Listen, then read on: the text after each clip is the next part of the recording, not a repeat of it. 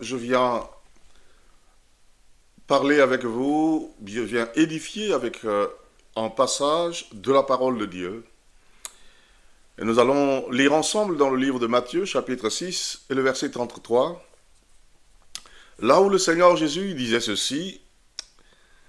Il dit, cherchez premièrement le royaume de Dieu et sa justice, et toutes choses vous seront données en plus.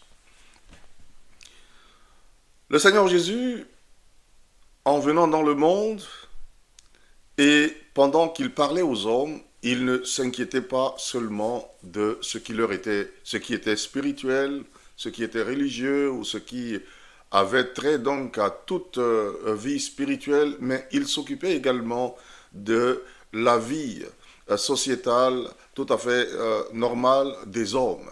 Vous verrez que le Seigneur Jésus avait multiplié des pains pour des gens qui avaient faim dans le livre de Marc. Et comme vous pouvez le constater ou vous l'avez déjà lu, lorsque les gens avaient faim, il pensait à les nourrir. Durant tout son temps, quand les gens étaient malades, il pensait à les guérir.